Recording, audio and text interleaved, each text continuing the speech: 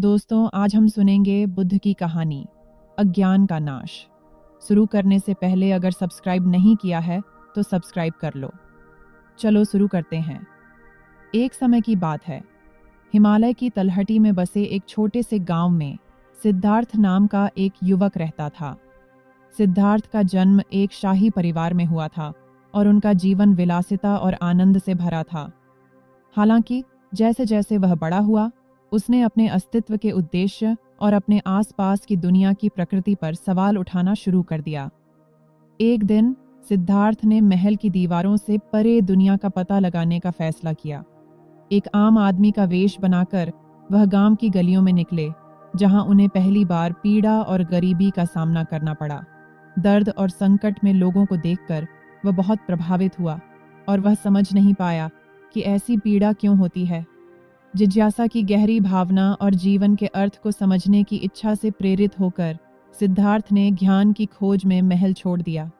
वह बुद्धिमान संतों और विद्वानों का मार्गदर्शन पाने के लिए जंगलों में घूमते रहे और नदियों को पार करते रहे। फिर भी उनके प्रयासों के बावजूद उनके द्वारा मांगे गए उत्तर अस्पष्ट रहे। एक दिन थककर और निराश होकर सिद्धार्थ एक बोधि वृक्ष के नीचे बैठ गए और कसम खाई कि जब तक वह अस्तित्व के रहस्यों को नहीं जान लेंगे, तब तक नहीं उठेंगे।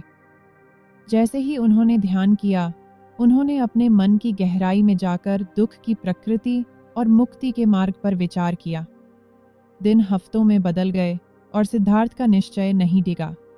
ऐसा कहा जाता है कि एक मनहूस रात के दौरान जैसे ही चंद्रमा ने उन पर अपनी हल्की चमक डाली, सिद्धार्थ को ज्ञान प्राप्त हुआ। उन्होंने सभी जीवित प्राणियों की परस्पर संबद्धता, अस्तित्व की नश्वरता और दुख का मूल कारण अज्ञान देखा। इस नए ज्ञान के साथ सिद्धार्थ जागृत बुद्ध में परिवर्तित हो गए। उनका हृदय करुणा से भर गया। उन्होंने दूसरों को अज्ञानता के बंधनों से मुक्त करने के लिए दुनिया के साथ अपनी अंतर्दृष्टि साझा करने का निर्णय लिया। बुद्ध ने 4 आर्य सत्य और अष्टांगिक मार्ग का प्रचार करते हुए एक यात्रा शुरू की। उनका पहला उपदेश सारनाथ के हिरण पार्क में दिया गया था, जहां उन्होंने 4 महान सत्यों व्याख्या की थी: दुख की सच्चाई, दुख के कारण की सच्चाई, दुख के अंत की सच्चाई और दुख के अंत की ओर ले जाने वाले मार्ग की सच्चाई के बारे में बताया। बुद्ध की शिक्षाओं की बात दूर दूर तक फैली और जीवन के सभी क्षेत्रों के लोगों के दिलों तक पहुंची। भिक्षु, व्यापारी, राजा और भिखारी समान रूप से प्रबुद्ध व्यक्ति के ज्ञान की तलाश करते थे। उनके अनुयायियों में आनंद नाम का एक युवक था, जो बुद्ध के सबसे करीबी शिष्यों में से एक बन गया। जैसे जैसे बुद्ध ने अपनी यात्रा जारी रखी, उन्हें विभिन्न व्यक्तियों से उनके अनूठे संघर्षों और प्रश्नों का सामना करना पड़ा। ऐसा ही एक व्यक्ति किसा गौतमी नाम का एक धनी व्यापारी था। किसा गौतमी ने अपना एकमात्र बच्चा खो दिया था और अपने दुहक में वह अपने बेजान शिशु को गोद में लेकर सड़कों पर घूमती रही, किसी ऐसे व्यक्ति की तलाश में जो उसके बच्चे को वापस जीवन में ला सके। बुद्ध अपनी दयालु दृष्टि से किसा गौतमी के पास पहुंचे और धीरे से बोले, मैं तुम्हारी मदद कर सकता हूं, लेकिन पहले तुम्हें मेरे लिए ऐसे घर से एक सरसों का बीज लाना होगा जहां किसी ने मृत्यु का अनुभव नहीं किया हो। अपने बच्चे को बचाने के लिए उत्सुक किसा गौतमी ने अपनी खोज शुरू की। वह मायावी सरसों के बीज की तलाश में घर घर जा रही थी। हालांकि हर घर में उनका सामना ऐसे लोगों से हुआ जिन्होंने नुकसान के दर्द का अनुभव किया था। धीरे धीरे उसे यह एहसास हुआ, मृत्यु एक सार्वभौमिक अनुभव है और उसका दुख अनोखा नहीं था। बुद्ध के पास लौटकर किसा गौतमी ने कहा, मुझे मृत्यु से अछूता कोई घर नहीं मिला और अब मैं समझती हूँ कि मेरी पीड़ा मानवीय स्थिति का एक हिस्सा है। बुद्ध ने सिर हिलाया। वास्तव में दुख जीवन में अंतर्निहित है, लेकिन समझ और ज्ञान के माध्यम से कोई भी दुख को पार कर सकता है और मुक्ति प्राप्त कर सकता है। बुद्ध की शिक्षाओं से प्रभावित होकर किसा गौतमी ने उनके अनुयायियों के समुदाय में शामिल होने का फैसला किया। उन्होंने खुद को सचेतनता और करुणा के अभ्यास के लिए समर्पित कर दिया और उस रास्ते पर सांत्वना पाई जिससे पीड़ा का अंत हुआ। जैसे जैसे बुद्ध की शिक्षाएं फैलीं, वैसे वैसे उनके मार्ग पर चलने वाले भिक्षुओं और भिक्षुणियों का समुदाय भी फैलता गया। संघ जैसा कि उन्हें कहा जाता था, दूर दूर तक यात्रा की और ज्ञान की मशाल को सुदूर देशों तक पहुंचाया। ऐसे ही एक शिष्य थे आदरणीय महाकश्यप, जो अपनी गहरी समझ और बुद्ध की शिक्षाओं के प्रति अटूट प्रतिबद्धता के लिए जाने जाते थे।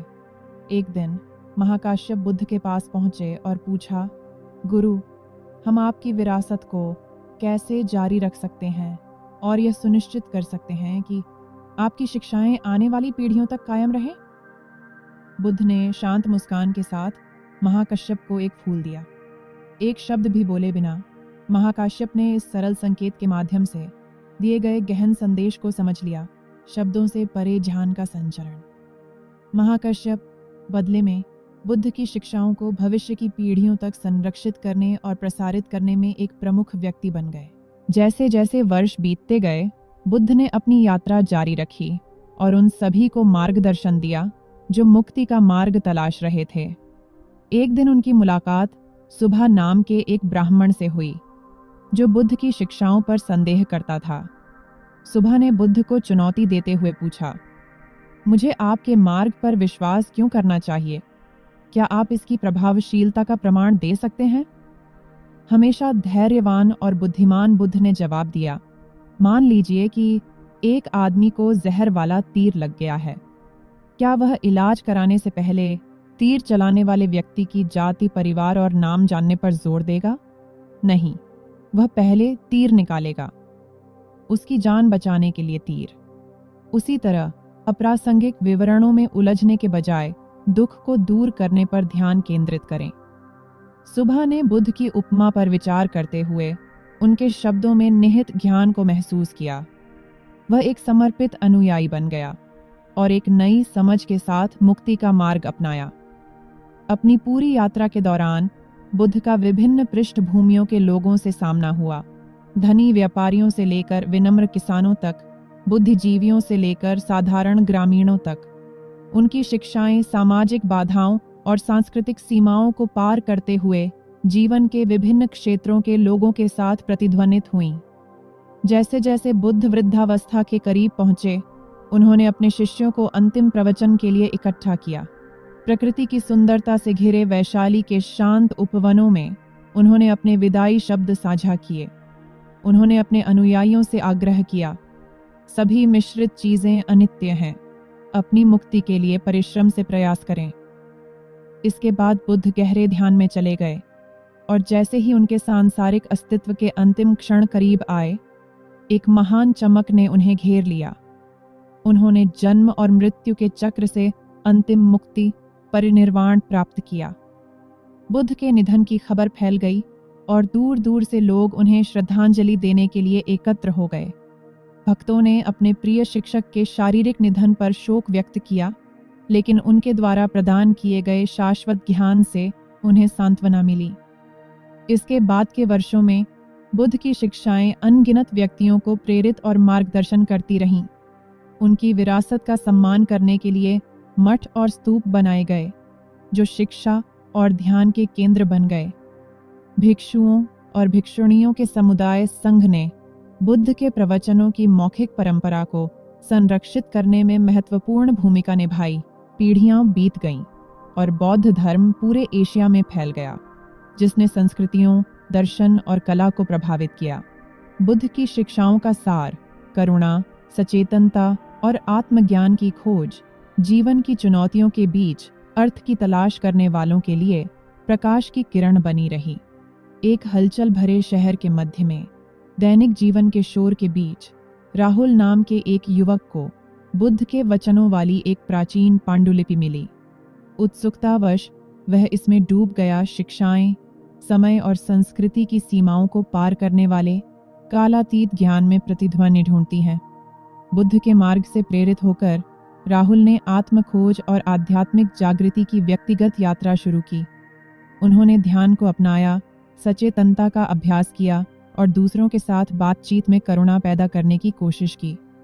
बुद्ध की शिक्षाएं राहुल के जीवन में एक मार्गदर्शक शक्ति बन गई, जिससे उन्हें आधुनिक दुनिया की जटिलताओं को ज्ञान और समता के साथ नेविगेट करने में मदद मिली। बदले में राहुल ने शिक्षाओं को अपने दोस्तों और परिवार के साथ साझा किया, जिससे सकारात्मक परिवर्तन का प्रभाव पैदा हुआ। बुद्ध का प्राचीन ज्ञान, जो सदियों पहले बोधि वृक्ष के नीचे शुरू हुआ था, उन लोगों के दिल और दिमाग में प्रकट होता रहा जो मुक्ति का मार्ग खोज रहे थे। और इस प्रकार अज्ञान के विनाश की कहानी समय के गलियारों में गूंजती हुई कायम रही। बुद्ध की शिक्षाएं एक कालजयी नदी की तरह पीढ़ी दर पीढ़ी बहती रहीं, उन सभी को सांत्वना, मार्गदर्शन और मुक्ति का वादा देती रहीं जो आत्मखोज की यात्रा पर निकलने के इच्छुक थे। अगर वीडियो अच्छा लगा तो वीडियो को लाइक, शेयर और चैनल को सब्सक्राइब करके बेल आइकॉन को ऑल पर प्रेस करें ताकि सबसे पहले नोटिफिकेशन आपको मिले। चलो मिलते हैं दूसरे वीडियो में, तब तक के लिए जय हिंद, वंदे मातरम।